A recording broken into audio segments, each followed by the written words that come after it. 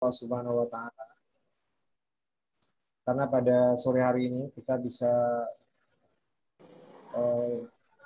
menjalankan tugas kita. Pada sore hari ini kita dapat tugas dari Pasca Sarjana untuk melaksanakan ujian proposal tesis. Jadi Mas Lutfi sore ini diberikan kesempatan untuk mempertanggungjawabkan usulan penelitian tesisnya di depan majelis penguji, terdiri dari saya sendiri dan Bapak Dr. Miftahul Munir, dan kemudian juga Bapak Profesor Dr. Muhammad Haidin MHum yang masih dalam proses untuk bisa masuk di ruang Zoom ini ya. Baik, sebelum dimulai perlu saya sampaikan Mas Lutfi, karena kita sudah terlambat beberapa menit, jadi perlu saya sampaikan bahwa Anda akan diberikan kesempatan pada sesi pertama untuk memulainya dengan presentasi tentang pokok-pokok pikiran yang ada dalam proposal tesis yang Anda tulis. Kemudian nanti pada sesi 2 Anda akan diuji. Karena ini ujian, pasti nanti ada pertanyaan, ada tanggapan, ada masukan, ya. Karena ini masih tahap proposal, jadi saya pastikan akan ada banyak masukan yang akan diberikan dan harus siap untuk dicatat, ya, untuk menyempurnakan rencana tesis yang akan Anda teliti pada kesempatan semester ini. Bisa dipahami, Mas Lutfi, ya? Iya, Bapak.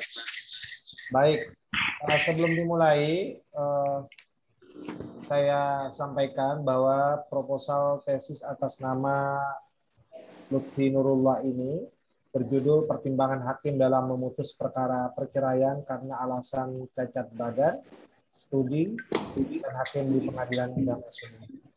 Bisa dimulai, Mas Lutfi. Kita akan berikan kesempatan kurang lebih 7-10 menit. Jadi usahakan tepat waktu supaya kita ada kesempatan banyak untuk sharing, untuk mendiskusikan.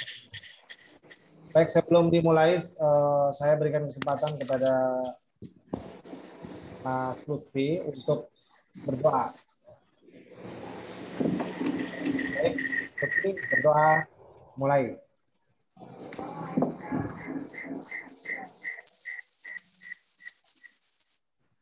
Berdoa selesai.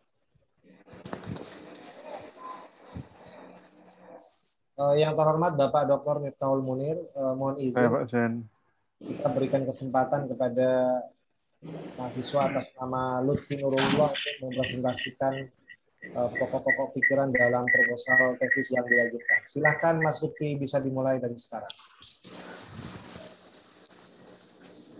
Bismillahirrahmanirrahim.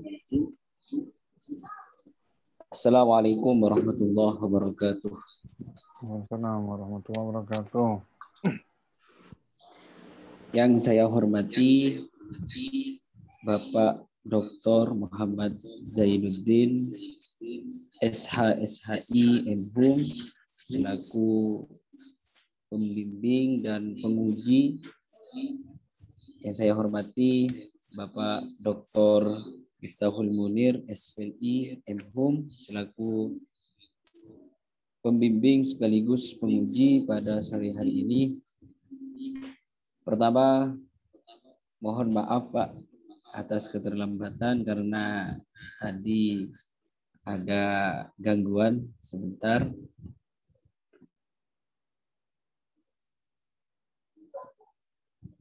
Proposal tesis saya ini judulnya tentang pertimbangan hakim dalam memutus perkara perceraian karena alasan cacat badan. Studi putusan hakim di Pengadilan Agama Sumeneb. Di bab 1 ini, bab pendahuluan, yang pertama itu ada latar belakang, bahwasanya perkawinan dalam hukum Islam bukanlah perkara perdata semata, melainkan ikatan suci yang terkait dengan keyakinan dan keimanan kepada Allah. Dengan demikian, ada dimensi ibadah dalam sebuah perkawinan. Jadi tujuan perkawinan itu dalam Islam yakni terwujudnya keluarga yang sejahtera. Dalam Undang-Undang Nomor 1 Tahun 1974 tentang perkawinan mengatur definisi perkawinan dalam pasal 1 yang berbunyi perkawinan adalah ikatan lahir batin antara seorang pria dan seorang wanita sebagai suami istri dengan tujuan membentuk keluarga yang bahagia dan kekal berdasarkan ketuhanan yang Maha Esa.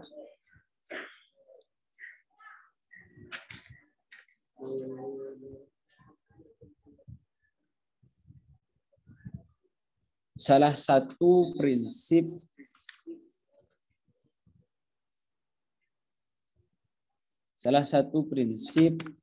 yang ada ikatan perkawinan itu harus diperkuat sedapat mungkin sehingga segala usaha harus dilakukan agar bersangkutan tersebut dapat terus membentuk pernikahan yang sakinah mawaddah warahmah.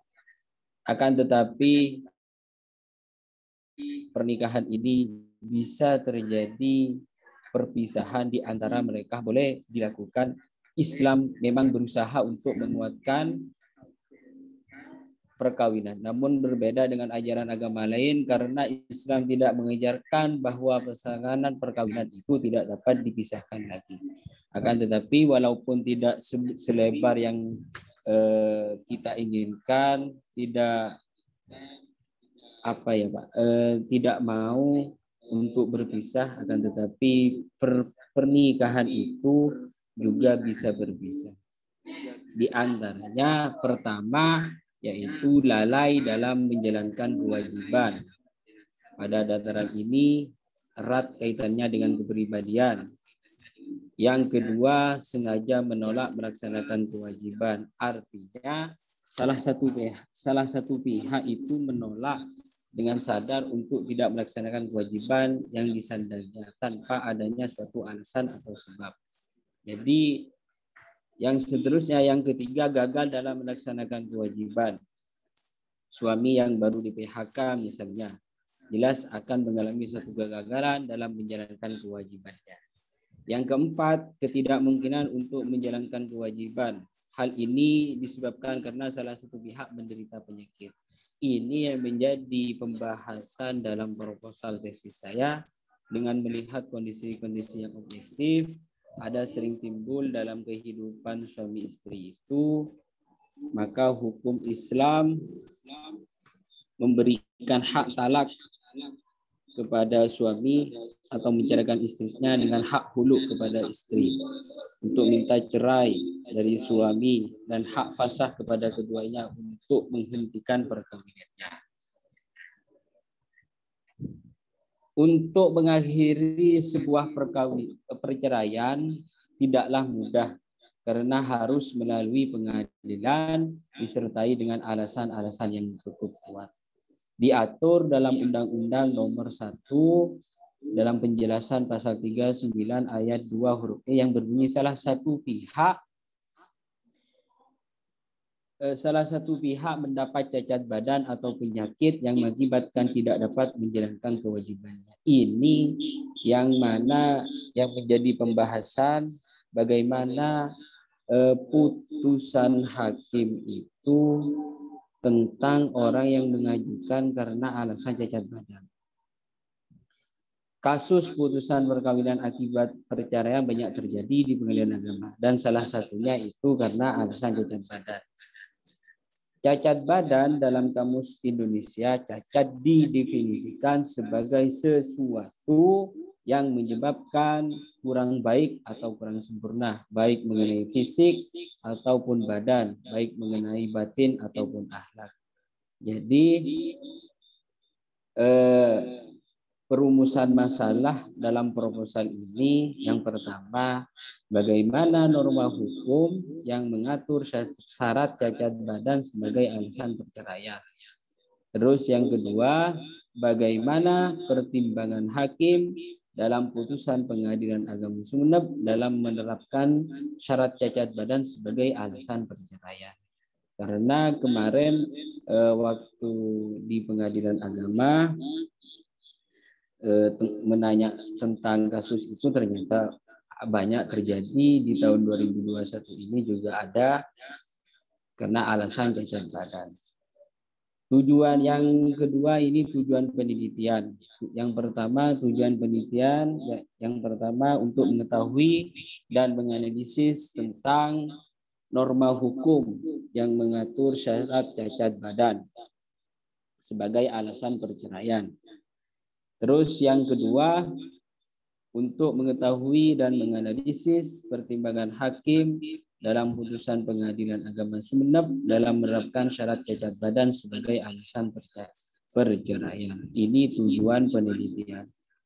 Terus yang selanjutnya manfaat penelitian. Manfaat ini ada dua, ada manfaat praktis dan juga ada manfaat teoritis. Manfaat praktis ini hasil penelitian ini diharapkan dapat menjadi bahan masukan dan sumbangan pemikiran bagi para hakim pengadilan agama dalam memutuskan perkara yang berkenaan dengan perceraian. Manfaat teoritis hasil penelitian ini diharapkan dapat memberikan sumbangan pemikiran bagi perkembangan ilmu hukum tentang perkembangan konsep cacat badan sebagai dasar perceraian menurut Undang-Undang Nomor 1 Tahun 1974 tentang perkawinan dan hukum Islam serta sebagai bahan kepustakaan bagi penelitian yang akan datang. Terus yang selanjutnya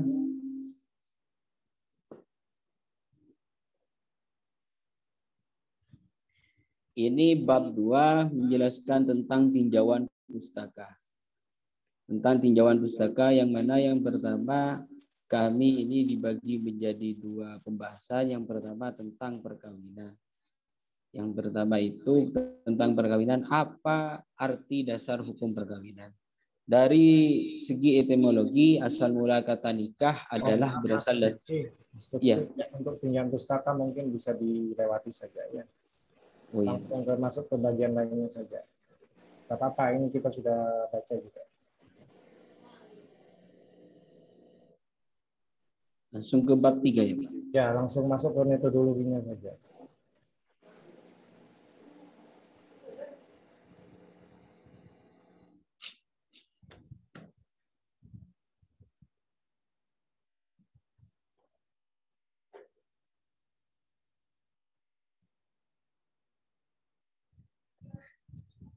Bab 3 ini tentang tipe metode penelitian. Yang pertama tipe penelitian. Penelitian ini tentang pertimbangan hakim dalam memutus perkara perceraian karena alasan cacat badan. Ini merupakan penelitian yang bersifat yuridis normatif, yaitu penelitian terhadap asas-asas hukum, terus kaidah-kaidah hukum dan sistem hukum. Karena penelitian ini dilakukan dengan cara meneliti bahan pustaka yang pertama, yang merupakan data sekunder atau disebut juga penelitian kepustakaan. Untuk mendukung data sekunder juga dilakukan penelitian lapangan guna memperoleh data primer dari subjek penelitian. Hal ini dilakukan karena penelitian kepustakaan untuk kelengkapan perlu didukung oleh penelitian lapangan. Jadi penelitian ini ada dua. Yang pertama penelitian kepustakaan dan juga ada penelitian lapangan. Terus yang kedua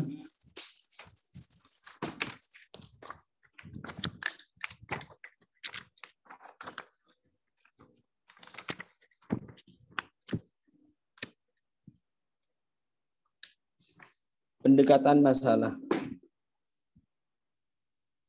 Pendekatan masalah dalam penelitian ini adalah para hakim dan panitera pada Pengadilan Agama Sumeneb. Dan dalam penelitian ini di atas dasar pertimbangan bahwa hakim yang mengetahui secara mendalam sekaligus sebagai pelaku dalam penyelesaian perkara tersebut. Yang ketiga, sumber bahan hukum. sumber bahan hukum ini,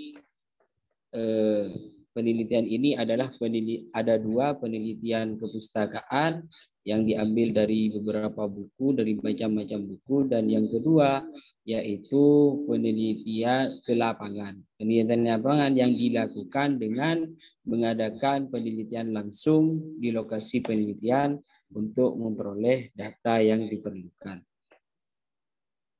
Terus teknik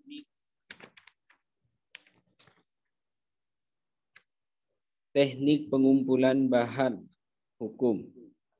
Yang pertama yaitu teknik dokumentasi, cara memperoleh data dengan melihat dokumen yang ada di pengadilan agama yang berhubungan dengan putusan hakim tentang masalah cacat badan.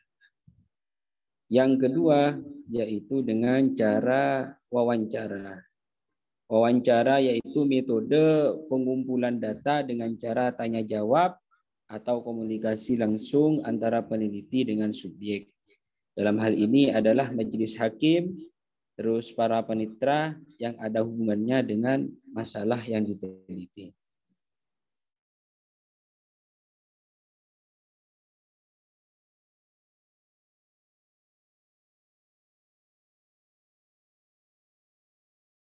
Ini kan deskriptif. Dalam hal ini sumber yang diperoleh dengan menggunakan interpretasi sekaligus mengkaji dari putusan-putusan hakim dan penelitian studi kepustakaan, aturan undang-undang beserta dokumen-dokumen yang membantu menafsirkan norma terkait. Kemudian sumber peneliti tersebut diolah dan dianalisis untuk menjawab permasalahan yang diteliti. Yang keenam ini analisis bahan hukum. Analisis bahan hukum ini seluruh data yang diperoleh dan diteliti kepustakaan maupun lapangan setelah terkumpul secara lengkap maka akan diolah atau dianalisa secara kualitatif, yaitu metode menganalisis dengan menggunakan seleksi secara khusus terhadap data yang diperoleh. Yang terakhir, pertanggungjawaban sistematika untuk mempermudah memahami penelitian. Mas Lutfi, saya kira cukup ya. Iya, Pak. Ya. Terima kasih, Pak. Mohon maaf waktunya habis, Mas Lutfi. Kita kasih waktu kurang lebih 10 menit. Ya. Iya, Pak. Dan tentang pertanggungjawaban sistematikanya ini mungkin kita bisa baca sendiri ya, karena memang sebelumnya kita sudah dapat naskahnya. Baik, terima kasih saya sampaikan kepada Saudara Lutfi Nurullah sudah menyampaikan pokok-pokok pikiran terkait usulan penelitian tesis yang akan dilakukan. Sebelum kita masuk ke sesi 2, perlu saya menyapa Bapak Profesor Dr. Faidin, Muhammad Faidin. Alhamdulillah sudah hadir bersama kita di ruang Zoom ini. Selamat sore, Prof. Selamat sore, Pak. Bagaimana kabarnya, Prof? Mohon maaf, Prof, kita mulai duluan tadi. Tidak bisa menunggu jenengan, kita mulai sambil menunggu kita mulai. Tidak apa-apa, iya. ya? Tidak apa-apa. Tadi saya sudah WA ke Mbak Evi supaya dimulai. Mohon maaf ini saya dari perjalanan dari Samarinda ke Balikpapan dan ini tadi baru check-in di hotel di Balikpapan dan ini baru masuk kamar. Tapi tadi saya sudah mengikuti sebagian atau sedikit presentasi dari mahasiswa. Mohon maaf saya belum bisa on-kan video karena masih prepare di kamar. Tapi untuk pertanyaan mungkin saya mohon maaf kalau bisa yang terakhir aja ya. Monggo yang lain ditanya dulu, tapi sudah ada beberapa pertanyaan yang akan saya sampaikan. Tapi mungkin alangkah lebih lengkapnya nanti kalau saya diberi kesempatan terakhir untuk sekalian prepare mengikuti ujian ini. Saya kira begitu, Pak. Saya kembalikan Ki. Monggo.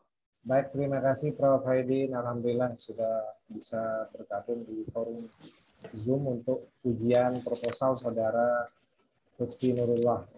Baik, Prof, kami akan berikan kesempatan jenengan untuk terakhir nanti setelah saya dan Bapak Dr. Miftahul Munir sambil menunggu jenengan. Oke, monggo silakan. Saya mengikuti. Baik, mohon izin kita mulai masuk sesi 2, Prof ya. Monggo silakan. Oke. Mas Lutfi Nurullah, seperti yang saya sampaikan di awal tadi, kita akan masuk ke sesi 2. Sesi 2 ini kita akan mendiskusikan usulan proposal tesis yang Anda ajukan. Oleh karena itu mohon untuk disiapkan segala catatan alat tulisnya untuk mencatat berbagai masukan, tanggapan dan lain-lain ya yang diharapkan bisa melengkapi hal-hal yang dianggap kurang. Karena memang kita akui proses bimbingan untuk maju dalam ujian proposal ini relatif mepet ya. Jadi kita tidak terlalu cermat untuk melakukan koreksi-koreksi ya. Seperti tadi di bagian metode penelitian itu ada beberapa yang perlu kita berikan koreksi ya. Tapi nggak apa-apa, ini sudah cukup baik ya, karena masih proposal. Baik, itu mengawali sesi 2. Jadi di sesi 2 ini kita akan mendiskusikan. Silakan disiapkan alat tulisnya. Di samping kami juga di sini melakukan coret-coret untuk proposal Anda ini. Kesempatan pertama, saya akan berikan kesempatan kepada Bapak Dr. Miftahul Munir yang memang dari awal sudah bersama kami.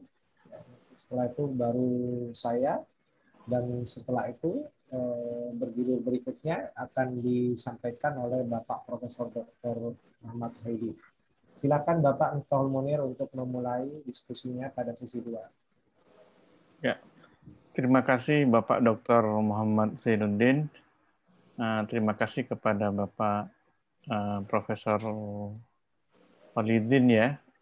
Kemudian ya. Sami-sami. Terima kasih Bapak. Oke. Mas Holil, ini penelitian pustaka normatif apa analisis?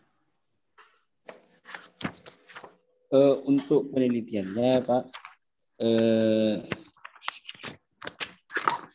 penelitiannya itu yuridis normatif, Pak. Oke. Ya, bahwa kasusnya yang kemudian dibuat contoh di sini ya. Iya, kasusnya tentang cacat badan itu mau dianalisis nanti putusan hakim. Ya. Saya ingin konfirmasi. Yang pertama, membahayakan secara hukum untuk kepentingan yang bersangkutan itu maksudnya bagaimana, Mas? Apa itu cacat fisik kemudian membahayakan kedua belah pihak atau bagaimana? Yang cacat fisik itu, Pak, cacat fisik tersebut itu yang merugikan antara kedua belah pihak. Contohnya seperti halnya kemarin waktu saya nanya di pengadilan agama itu, karena alasan cacat fisiknya itu yang laki-laki itu sudah tidak tidak mempunyai nafsu lagi gitu. Oh ya. Gitu. Oke. Terhadap istrinya. Jadi istrinya mengajukan cerai gugat terhadap pengadilan agama dengan alasan cacat badan. Istrinya yang menggugat bukan suaminya ya? Iya. Karena dia sadar bahwa ada kekurangan begitu. Iya, kekurangan di suaminya tersebut. Oke. Berarti seperti yang disampaikan oleh Pak Dr. Muhammad Zainuddin tadi, memang karena kita kendala pembimbingan yang mepet, kemudian waktunya sangat sedikit, berarti bahasa membahayakan ini dihapus saja ya? Oh iya, Bapak. Ya, kayaknya itu salah satu yang kemudian karena begini, ketika saya menangkap dari awal sampai kemudian terakhir, cacat yang kemudian secara fisik ini enggak kamar ini. Sekalian tanya bareng.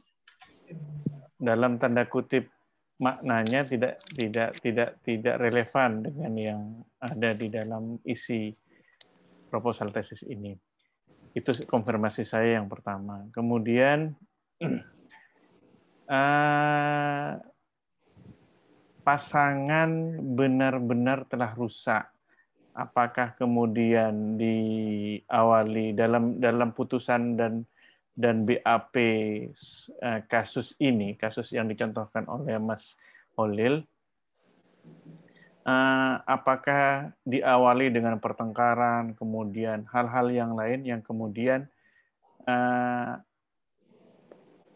hakim mempertimbangkan atau kedua belah pihak mempertimbangkan bahwa ada hal-hal yang kemudian tidak bisa diperbaiki di antara keduanya sehingga tidak hanya masalah cacat fisik, tetapi kemudian hal-hal yang menyangkut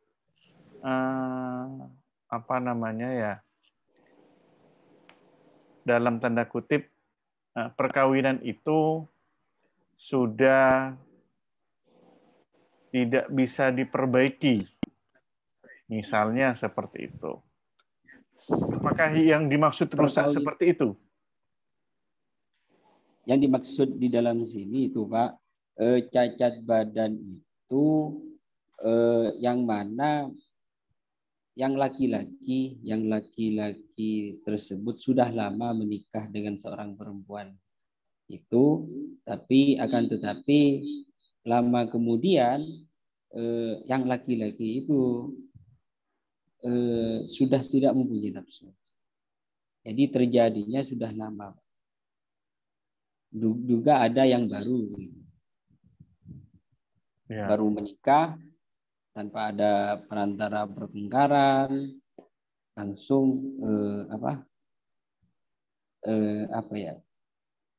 mengalami cacat tersebut. Yang dimaksud cacat ini, cacat kemudian melakukan kewajiban suami istri, atau kemudian cacat melakukan kewajiban yang lain, misalnya memberikan nafkah lahir misalnya, atau nafkah batin. Karena di sini saya tidak melihat atau saya kemudian terlewati, tidak disebutkan bagaimana kemudian kasus tersebut didasari atau dilatar belakangi cacat mental, cacat badan yang kemudian berhubungan dengan kewajiban mental kepada istri, kemudian cacat badan yang kemudian berhubungan dengan stimulus suami atau istri kemudian ketika berhubungan suami istri. Sebenarnya cacat tersebut itu Pak sudah terjadi. Yang dimaksud dengan cacat ini adalah cacat jasmani, karena tidak bisa berkumpul dengan yang istri tersebut. Setelah perkawinan, begitu ya? Iya, setelah perkawinan. Oke, kecelakaan atau bagaimana begitu?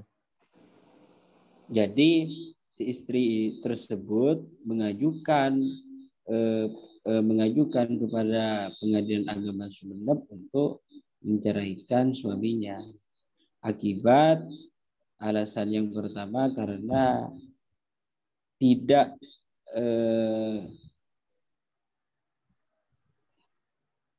karena kerusakan jasmaninya atau rohaninya gitu. Oke. Terakhir Mas Holil, yang dimaksud hakim bisa melakukan jurisprudensi ya, atau kemudian punya kebebasan untuk kemudian mempertimbangkan dalam pembaruan pertimbangan atau penalaran ke Iya. arah yang lebih aktual, apakah aktual itu kemudian hakim membaca literatur terbaru mengenai kemudian kasus yang lagi dipertimbangkan, atau kemudian hakim mempertimbangkan dengan pertimbangan-pertimbangannya sendiri, kemudian juga dengan membaca, tapi lebih banyak kepada pertimbangan dasar yang lebih memonopoli putusannya adalah fakta kejadian. Fakta bagaimana kejadian perceraian itu terjadi karena cacat badan misalnya. Iya.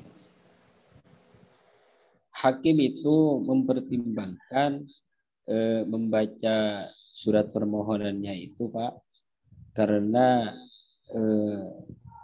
ketidaksanggupan yang seorang laki-laki tersebut dan yang seorang perempuan ini pengennya itu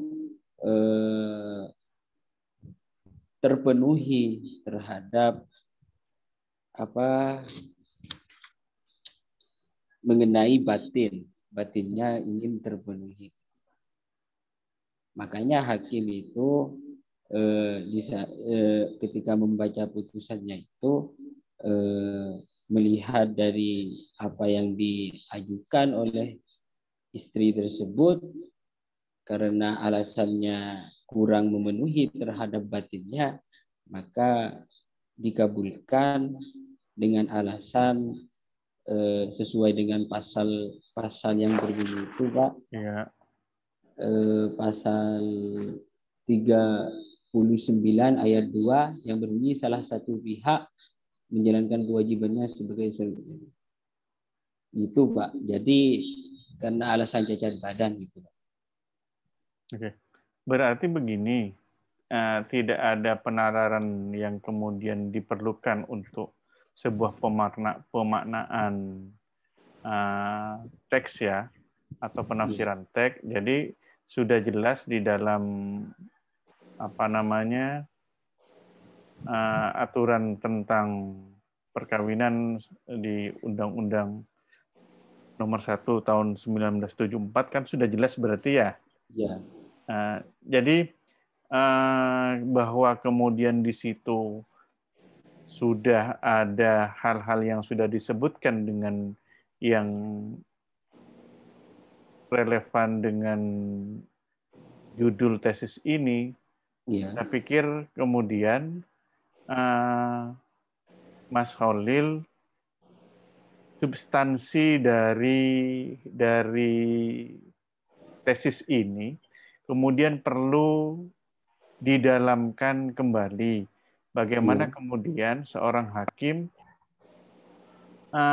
mempertimbangkan hal-hal yang sudah ada, yang jelas makna dan tafsirnya, kemudian hanya saja ada beberapa hal yang mungkin di dalam keluarga tersebut ada masalah, misalnya tidak hanya cacat dalam tanda kutip kemudian cacat badan sehingga kemudian tidak bernafsu, tetapi cacat badan itu kemudian mempengaruhi dia kemudian untuk melakukan kewajiban, misalnya suami ketika kemudian belum cacat dia sangat perkasa sekali, setelah cacat kemudian tidak bisa sama sekali misalnya. Iya. Nah, ini yang saya belum lihat di sini.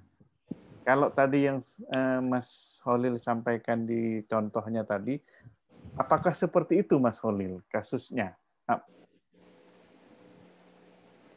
Iya, Bapak.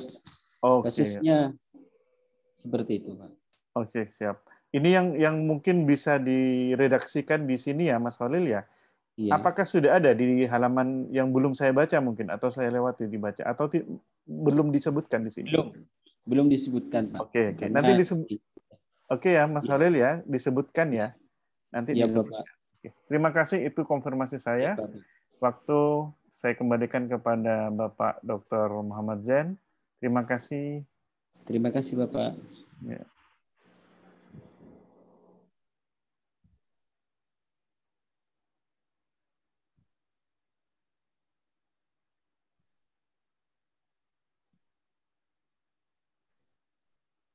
Baik, saya ucapkan terima kasih kepada Bapak Dr. Miftahul Munir sudah mengawali sesi 2 ini dengan sejumlah pertanyaan dan koreksi, masukan juga.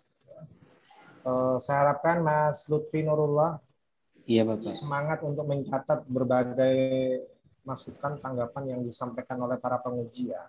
Tadi ada Siap. beberapa poin penting yang menurut saya perlu dan sangat perlu menurut saya ya dicatat ya.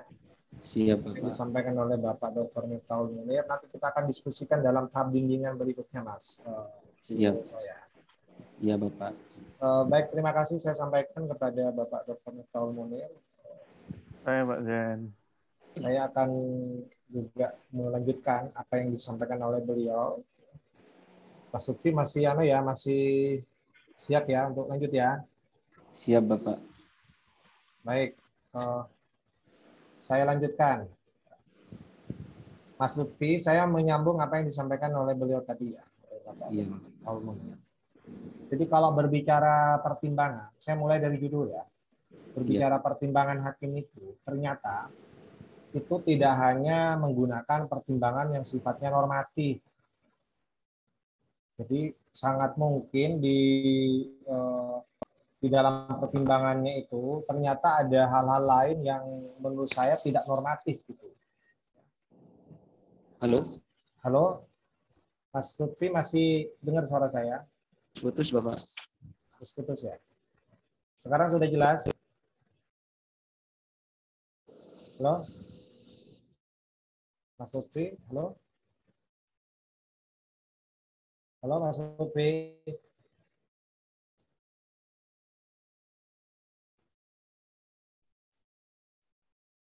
Halo Mas Lutfi?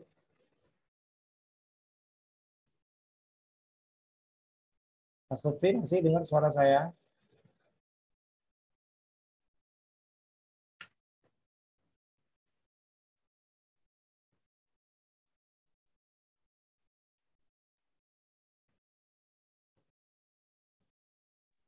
Bentar, saya hubungi Mas Lutfi, terlempar dari Zoom. Oh iya. Berarti yang ada problem di sana ya? Iya. Lutfi ya. Iya betul, Pak. Silakan diajak masuk lagi di ruang Zoom.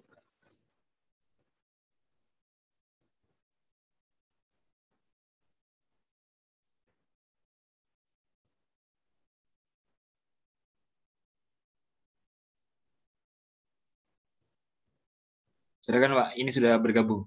Sudah bergabung ya. Baik, Mas Lutfi masih mendengar dengan sangat baik gambar dan suara saya. Iya Bapak. Baik, kita lanjutkan Mas Lutfi ya. Iya Bapak. Saya ingin menyambung apa yang disampaikan oleh Bapak Dr. Miftahul Munir tadi. Jadi Anda harus paham tentang pertimbangan hakim. Jadi kalau berbicara pertimbangan hakim itu, kalau kita periksa dengan seksama, itu ternyata tidak hanya menggunakan pertimbangan-pertimbangan yang sifatnya normatif, yang sifatnya tekstual, merujuk sejumlah pasal-pasal dalam undang-undang perkawinan. Iya Bapak. Sangat mungkin di dalam pertimbangan-pertimbangan itu ternyata ada pertimbangan-pertimbangan di luar itu, di luar bunyi teksnya, di luar hal-hal yang sifatnya normatif. Makanya Anda harus paham tentang syarat bolehnya cerai. Itu yang salah satunya itu adalah cacat badan atau penyakit yang menyebabkan. Itu ada katanya, yang menyebabkan tidak dapat melakukan hak dan kewajiban. Nah, tidak dapat melakukan hak dan kewajiban itu, ya, itu sebenarnya menjelaskan kepada kita bahwa ada hal-hal yang kita harus pahami ya, ketika itu terjadi di lapangan. Jadi akibat di situ itu maksudnya di lapangan. Jadi di lapangan gimana? Akibat akibat cacat badan atau penyakit yang dialami oleh salah satu pihak itu dalam praktek, dalam empirisnya, itu menjadikan yang bersangkutan tidak bisa melaksanakan hak dan kewajiban. Ya, itu. Jadi menurut saya, Mas Lutfi, walaupun sampean ini penelitian hukumnya normatif ya. Saya konfirmasi lagi.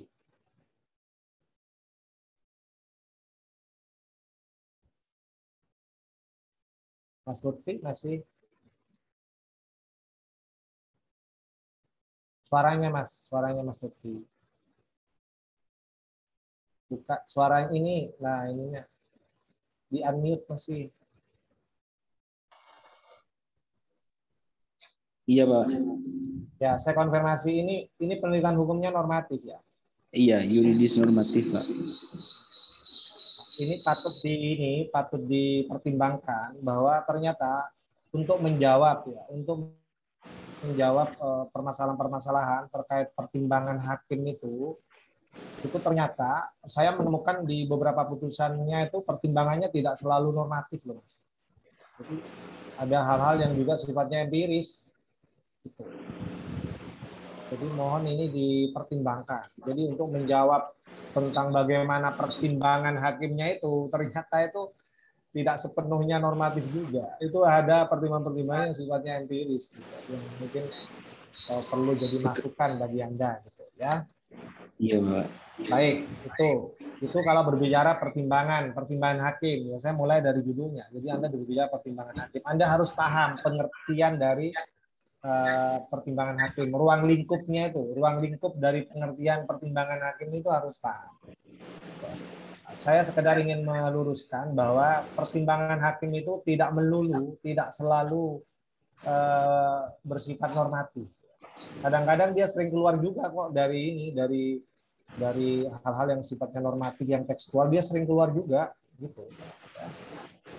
Bagaimana dia bisa membuktikan bahwa salah satu pihak itu mengalami cacat badan yang tidak bisa melaksanakan hak dan kewajiban. Itu kan butuh pembuktian empiris itu. Iya, Tidak bisa normatif ya. Bagaimana kita bisa tahu setelah mengalami cacat badan dia tidak bisa melaksanakan hak dan kewajiban? Itu kan butuh hal-hal yang sifatnya empiris. Harus ada penjelasan yang sifatnya empiris. Tidak boleh kemudian hanya mengatakan dia tidak bisa melakukan memberikan nafkah batin berupa ABCD misalnya. Tapi itu pasti akan diminta pembuktian yang sifatnya empiris. Walaupun empirisnya itu sebatas minta penjelasan dari para saksi, misalnya minta penjelasan dari istrinya, pengakuan dari suaminya, misalnya ya. Baik, itu Mas Lutfi yang pertama tentang judulnya. Ya, tentang judulnya. Kemudian berikutnya, ini isu hukumnya apa, Mas Lutfi? Isu hukum ini adalah tentang cacat badan yang terjadi itu di pengadilan agama karena ketidakpuasan batinnya saja. Gitu. Maksud saya begini ya, ini kan kalau misalnya Anda konsisten dengan tulisan Anda yang mengatakan bahwa ini penelitian hukum normatif, ya kan? Pertanyaan saya, apakah jelas aturan yang mengatur tentang bolehnya cerai dengan alasan cacat badan atau penyakit itu kan sudah jelas. Iya, Bapak. Nah, terus isu hukumnya ini apa? Apa masih kurang jelas atau bagaimana? Kalau menurut saya cukup jelas loh. Cukup jelasnya di sini loh, Mas. Jadi yang boleh salah satu syarat bolehnya cerai itu adalah salah satu pihak mengalami cacat badan atau penyakit yang mengakibatkan tidak bisa melakukan hak dan kewajiban sebagai suami atau istri. Ya kan? Iya. Nah, itu menurut sampean itu jelas atau tidak jelas? Jelas, Pak. Jelas. Iya. Nah, terus kalau jelas apanya yang mau diteliti? Oh, putus-putus Pak suaranya, Pak. Kalau itu jelas, halo? Loh, putus-putus, Pak. Gimana, Pak? Nah, di dalam pasal-pasal yang mengatur tentang bolehnya perceraian, Iya. jelas ya suaranya ya? Iya, Bapak. Itu kan disebutkan salah satunya adalah salah satu pihak mengalami cacat badan atau penyakit yang mengakibatkan tidak bisa melaksanakan hak dan kewajiban, Iya. baik sebagai suami maupun sebagai istri. Ketentuan itu jelas tidak?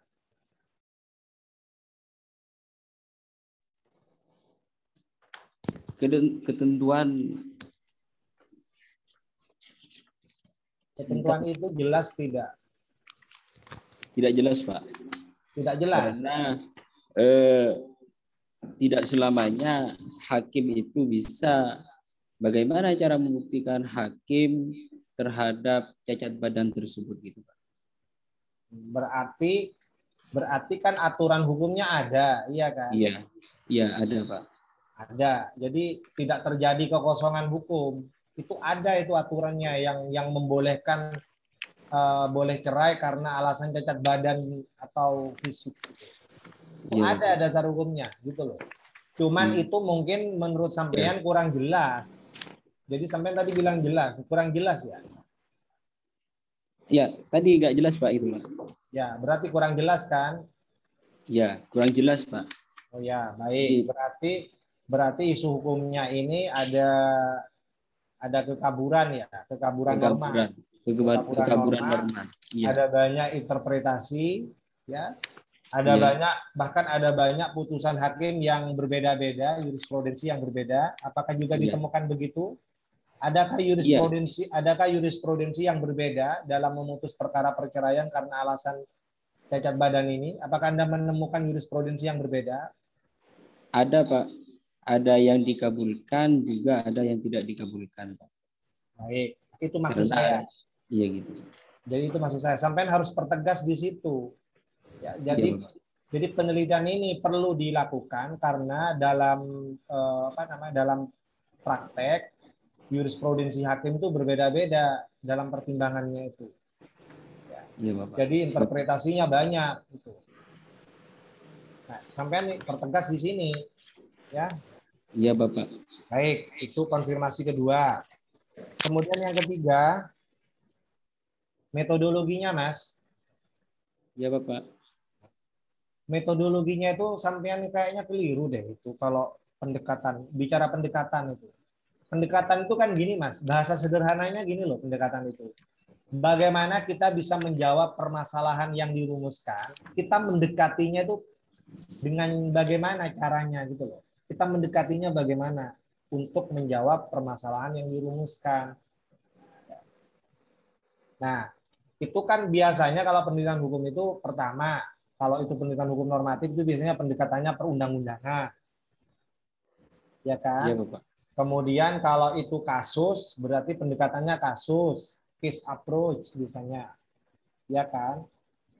Iya, Bapak. Nah, kemudian kalau itu penelitian hukum empiris itu biasanya social approach misalnya. Ya.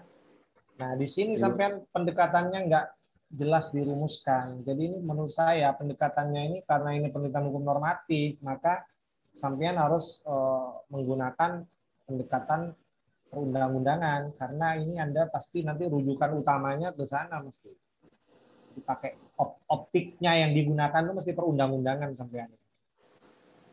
Betul nggak? Betul nggak? Iya, iya, Bapak. Betul ya. Betul, Pak. Kemudian yang kedua, ini kasus tidak? Ini ngambil kasus nggak? Ada nggak kasus yang diangkat di sini?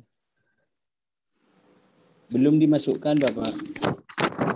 Ya, maksud saya rencana yang akan dilakukan itu kan nanti pasti ada kasus-kasus yang juga akan membantu menjelaskan, iya kan maksudnya kan? Iya, Bapak. Ya berarti di sini pendekatannya juga kasus. Jadi pendekatan yang digunakan juga pendekatan kasus. Ya. Siap, Bapak. Kayak gitu ya. Itu mohon masukan dari saya.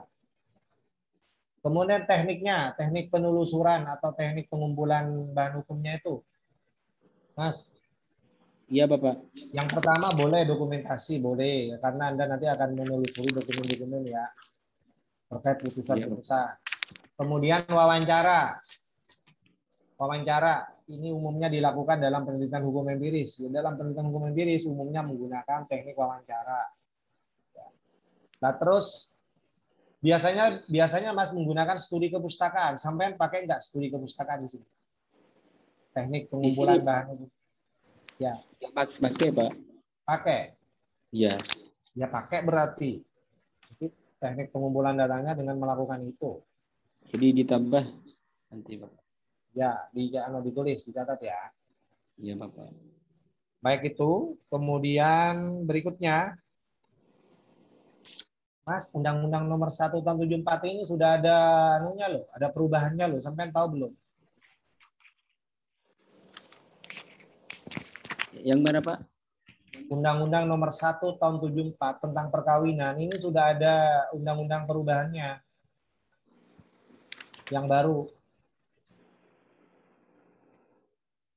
Sampai belum tahu dah, belum update. Belum tahu, Pak.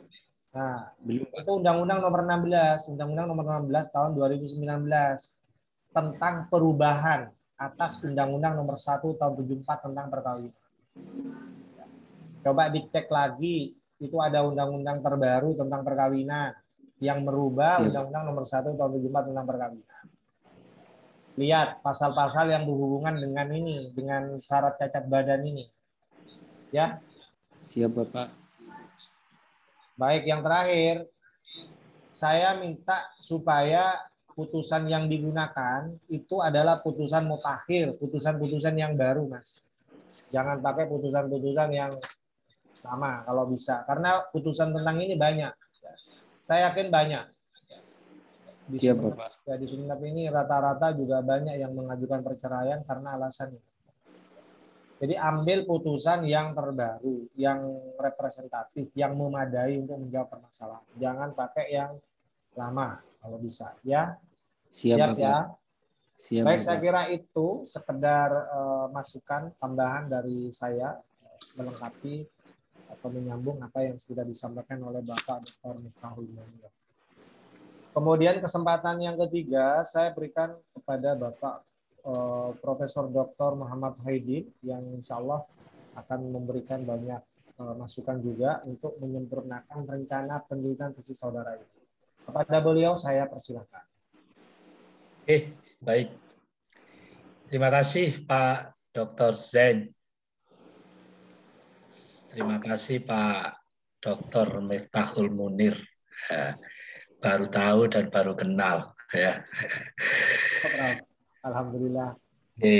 Saya cuma tahu nama di daftar pengajarnya. Orangnya mana ini? Ya, Semoga Pak kita Munir. bisa ketemu Ya. Baik. Mohon maaf saya tadi ada kendala karena dalam perjalanan dari Samarinda ke Balikpapan. Tadi ada wisuda dan saya memberikan orasi ilmiah. Makanya selesainya jam 1. Mbak siapa itu Mbak Evi awalnya jadwalnya minta jam 1. Ya, saya bilang mungkin jam 1 masih belum bisa. Akhirnya saya undur jam 3. Jam 3 itu masih di jalan menuju ke hotel di Balikpapan dan alhamdulillah ini bisa. Mohon maaf ini, mudah-mudahan tidak bau karena lewat daring. Saya belum mandi nih ya. Tidak apa-apa. Oke, terima kasih. Coba saya tanya, Pak Lutfi atau Mas Lutfi, Iya, Bapak. Bisa dengar? Iya, Bapak. Ya, suaranya kok tadi saya dengar kok sempat mendengung, mungkin sinyalnya kurang. Pak Lutfi ini hakim ya? Bukan, Bapak. Apa? Mahasiswa masih, Bapak. Mahasiswa murni. Pekerjaannya apa? Santri, Pak. Apa? Masih nyantri, Pak. Oh, santri. Jadi santri. Iya, sudah. Santri pasca sarjana gitu ya? Iya, Bapak. Mas Lutfi, tadi sudah banyak pertanyaan dari Pak Dr. Munir, ya, Pak Dr. Zain, ya, Ada beberapa hal yang ingin saya berikan catatan. Ya, mungkin ini pembimbingnya siapa? Pak Zen atau Pak Munir? Saya dan Pak Dua-duanya. Munir. Oh, Pak Munir ya. Pak Zen ya. Maaf ini. Ini soalnya namanya cuma cukup singkat ini Zen ini ya. Panggilnya Pak Dr. Zen aja. Ada beberapa catatan tadi sudah disampaikan oleh Pak Zen sendiri dan Pak Munir. Pertama ini saya akan memberikan catatan ke proposal ini. Ya, yang pertama dari sisi judul. Ya, kalau saya lihat judulnya pertimbangan hukum hakim ya dalam memutus perkara perceraian atas alasan cacat badan. Jadi sudah dipersoalkan. Sebenarnya yang jadi isu hukum atau topiknya bukan pertimbangan hukumnya saja. Mungkin ya kalau boleh saya berikan saran, ada beberapa alternatif judul yang bisa dimungkinkan dipakai. Yang pertama, mungkin tadi sudah ketika ditanya sama Pak Zen, ini jelas atau enggak ini kriteria cacat badan. Pertama, Mas Lutfi jawab jelas, setelah dikejar ternyata jadi nggak jelas. Nah, itu kan gitu kan. Mungkin di sini salah satu alternatif ya. Salah satu alternatifnya mungkin kriteria cacat badan dalam memutus perkara perceraian oleh hakim pengadilan agama. Kriterianya itu tidak jelas. Ya, itu mungkin itu. Atau mungkin ada bisa menggunakan kata makna ya. Makna cacat badan dalam penjatuhan putusan oleh hakim pengadilan agama ya perceraiannya itu jadi makna. Karena apa? Hukum itu adalah ilmu tentang makna-makna ya karena maknanya satu kata bisa bermakna banyak dalam ilmu hukum itu alternatif. Jadi monggo nanti dipilih. Terus kemudian ada alternatif lain, misalnya cacat badan sebagai alasan, ya pemutusan atau penjatuhan putusan perceraian oleh hakim pengadilan agama. Itu alternatif monggo. Tapi jangan fokus ke pertimbangan hukumnya. Pertimbangan hukum itu hanya antara untuk menuju ke diktumnya, bukan hukumnya dia. Hukumnya di dalam putusan hakim itu justru di diktumnya. Diktum itu ada di bagian terakhir ya. Kalau di dalam perkara perdata itu kan ada fundamentum petendi, ada petitum, dan itu dijawab di diktum. Nah, skema putusan hakim itu kalau di dalam perkara perdata, mudah-mudahan tidak jauh beda dengan perkara pengadilan agama. Itu kan identitas para pihak tentang duduk perkaranya, tentang pertimbangan hakim, tentang pertimbangan hukumnya, dan yang terakhir putusannya. Nah, mungkin itu. Jadi jangan fokus hanya ke pertimbangan hukumnya. Itu yang pertama. Kemudian yang kedua, ya, mudah-mudahan bisa direkam atau dicatat. Rumusan masalah yang kedua, jangan bersifat lokal, Mas Lutfi ya.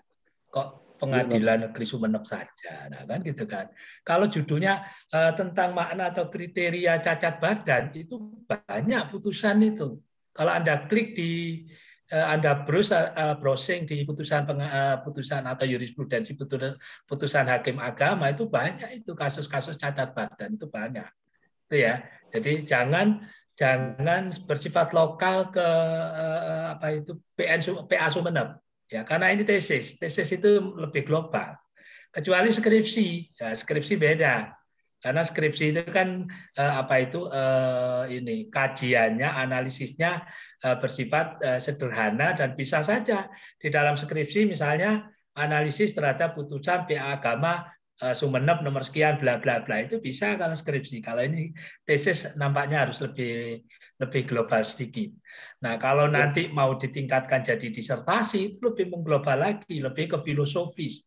Jadi begini, kalau di dalam tataran ilmu hukum itu kan ada tiga struktur dalam ilmu hukum. Pertama filsafat hukum itu paling tinggi. Yang kedua teori hukum, yang ketiga dogmatika hukum. Nah, dogmatika hukum ini nampaknya lebih banyak di adik-adik mahasiswa S1. Makanya tinjauannya mesti ke dogmatik ya. Misalnya tinjauan terhadap pasal ini, undang-undang ini, tinjauan terhadap putusan dari pengadilan agama atau pengadilan negeri nomor sekian sekian sekian. Ini S1 tatarannya. Kalau tesis itu lebih ke naik ke atas teori hukumnya. Ya, makanya kemudian harus lebih luas sedikit. Nah, kalau mau jadi disertasi itu biasanya ke filosofisnya. Nah, itu. Jadi itu yang pertama judul, yang kedua rumusan masalah. Ya, itu tolong yang kedua barangkali. Dan putusannya jangan satu. Kalau satu itu namanya study case. Studi kasus. ya, studi kasus. Karena ini pendekatan kasus. Tadi Pak Zen sudah memberikan penataan. Metode pendekatannya ini tidak jelas kalau saya lihat, dan mungkin Pak Jen sepakat ya.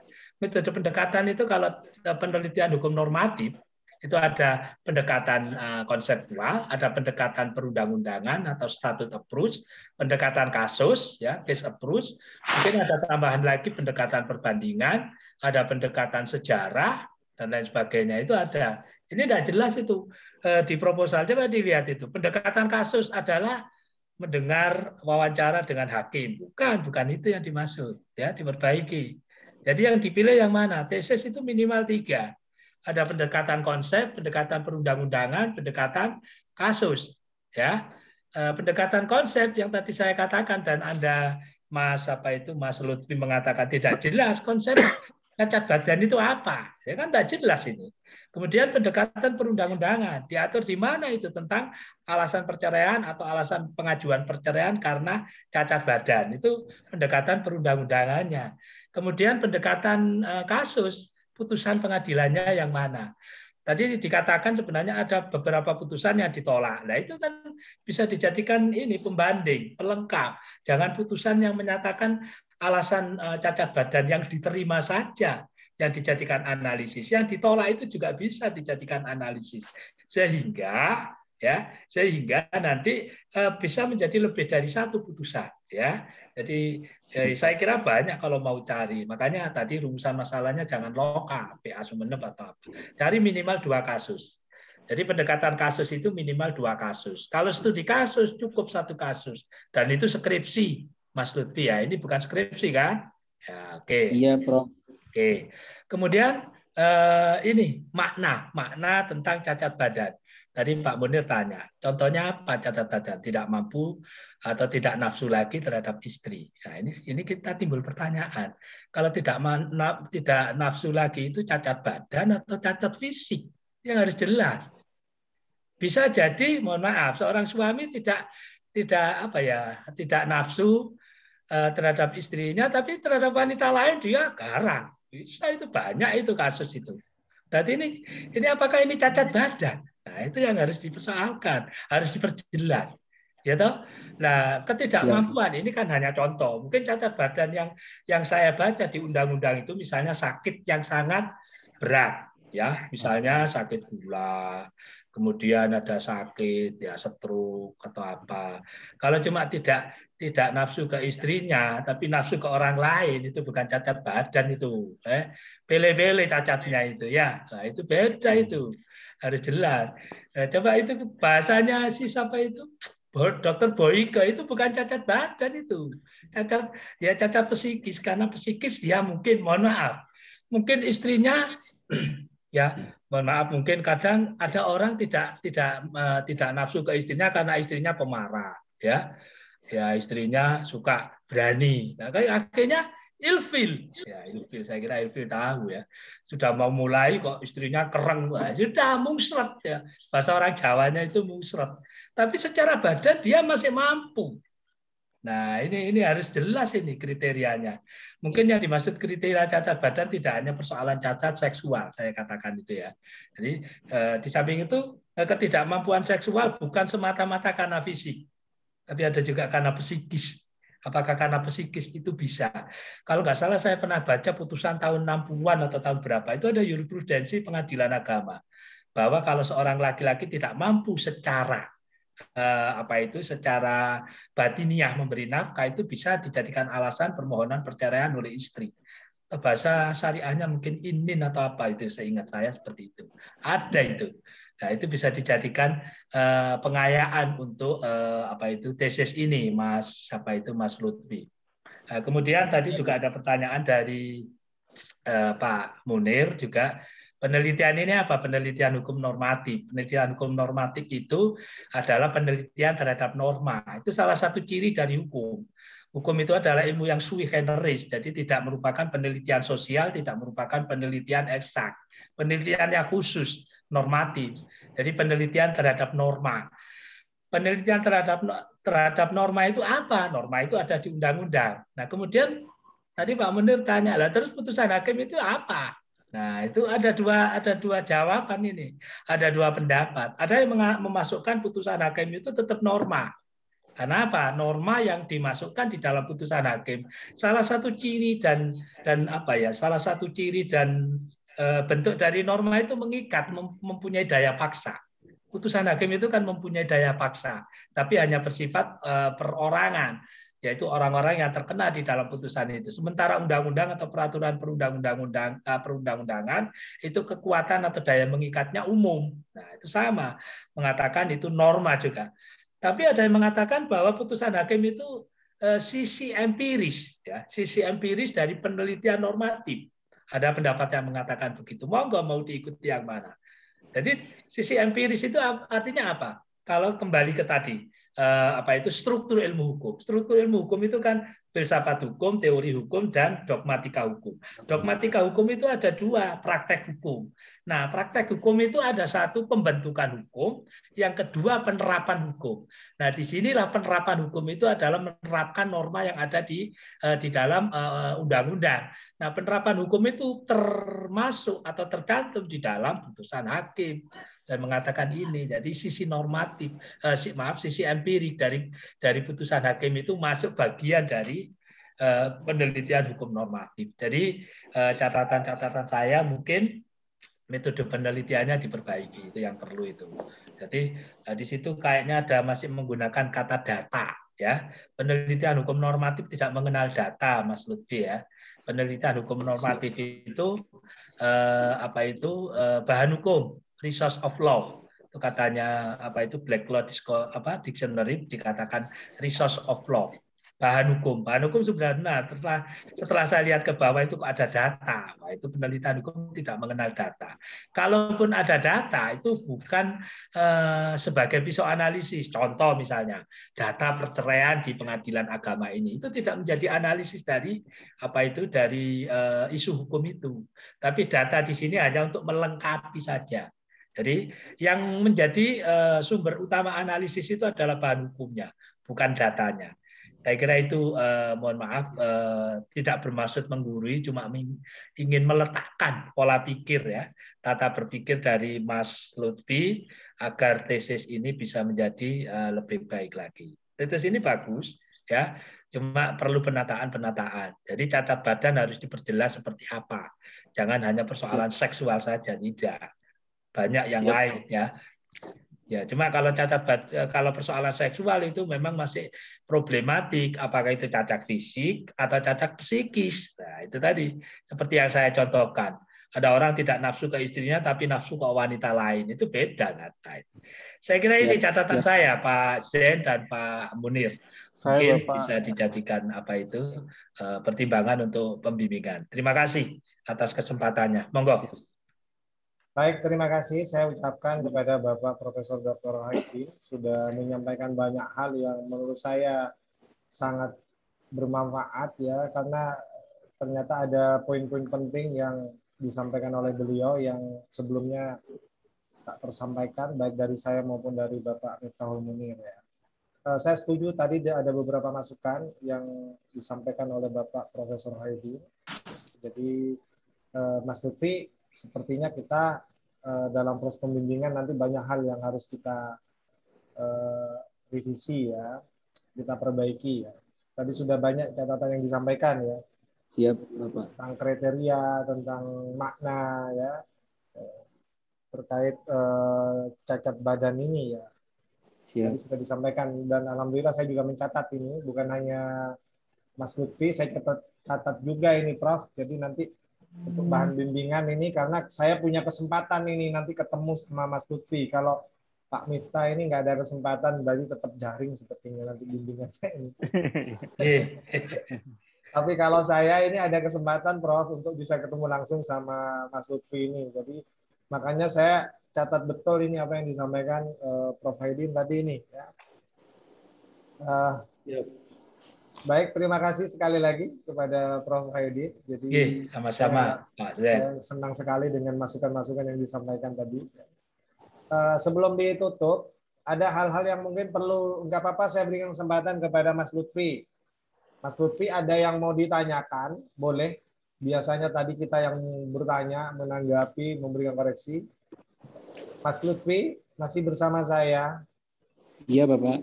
Mas Lutfi boleh sebelum ini forum ini ditutup, Mas Lutfi saya berikan kesempatan untuk bertanya kepada saya, kepada Bapak Dr. Miftahul Munir, ataupun kepada Bapak Profesor Hoidi. Silahkan Mas Lutfi, ada yang mau disampaikan? Mohon maaf sebelumnya Bapak. Sebenarnya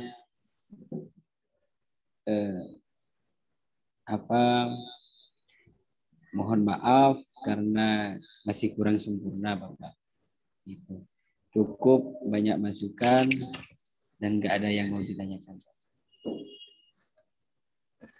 Ya, baik. Itu saja yang disampaikan. Iya Bapak.